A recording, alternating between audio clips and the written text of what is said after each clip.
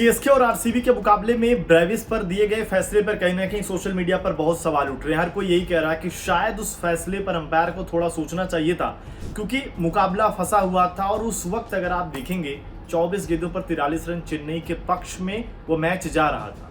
Brevis वहां पर आते हैं जब मात्रे आउट हो जाते हैं और आते ही पहली ही गेंद पर उनको आउट दिया जाता है। बॉल अगर आप देखेंगे जब वो बाद में चेक की जाती है तब पता चलता है कि तो फैसला ही गलत हो गया, क्योंकि बॉल तो पूरी तरीके से स्टंप को मिस कर रही थी।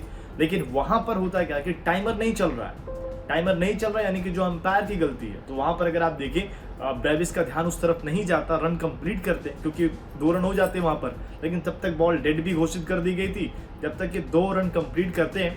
और उसके बाद जब आपस में आकर बात कर रहे होते हैं कि रिव्यू लेना नहीं, तब तक पता चलता है कि आपके 15 सेकंड तो पूरे हो गए।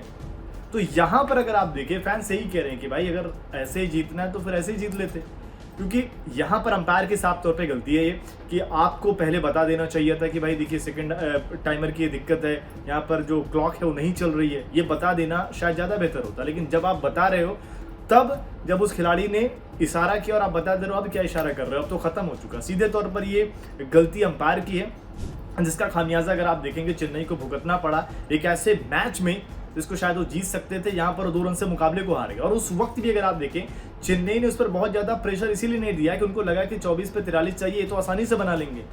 पर यहाँ पर जिस तरीके से गेंदबाजी की गई और जिस तरीके से बैटिंग लास्ट में हुई, लगातार वही वाली बात है कि चेन्नई की जो फिनिशर की बात है, एमएस धोनी खुद को प्रमोट करते आए और जबकि ये तय था कि सीजन में उनकी बैटिंग बहुत अच्छी नहीं चल रही है। इनके पास ऑलरेडी शिवम दुबे जैसा खिलाड़ी, दीपक हुड्डा ठीक है फॉर्म में नहीं है, पर इस सिचुएशन में शायद उनसे बेहतर बैटिंग कर सकते थे।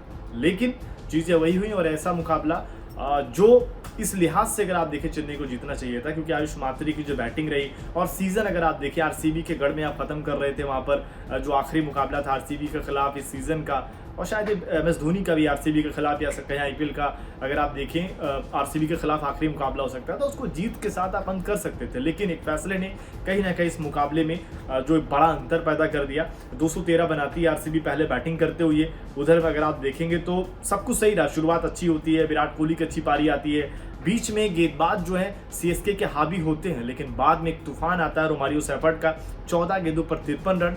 और आखिरी के वही बातें कि आखिरी के 2 ओवर में जहां पर अगर आप देखें आरसीबी ने 50 से ज्यादा रन बना दिए, वहीं आखिरी के 2 ओवर में 29 रन चाहिए थे जो सीएसके नहीं बना पाई। उसके अलावा अगर आप देखेंगे चेन्नई की तरफ से आयुष मात्रे 94 रन की पारी खेलते हैं, शेख रशीद 14 बनाते हैं, जडेजा 77, बाकी बहुत ज़्यादा किसी की ज़रूरत पड़ने वाली नहीं थी।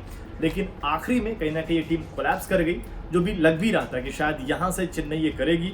तो फाइनली आपको उस डिसीजन पर क्या लगता है कि जो ब्रेविस वाला डिसीजन है, क्या उससे कहीं ना कहीं हार और जीत पर फर्क पड़ा? कमेंट करके ज़रूर बताएं।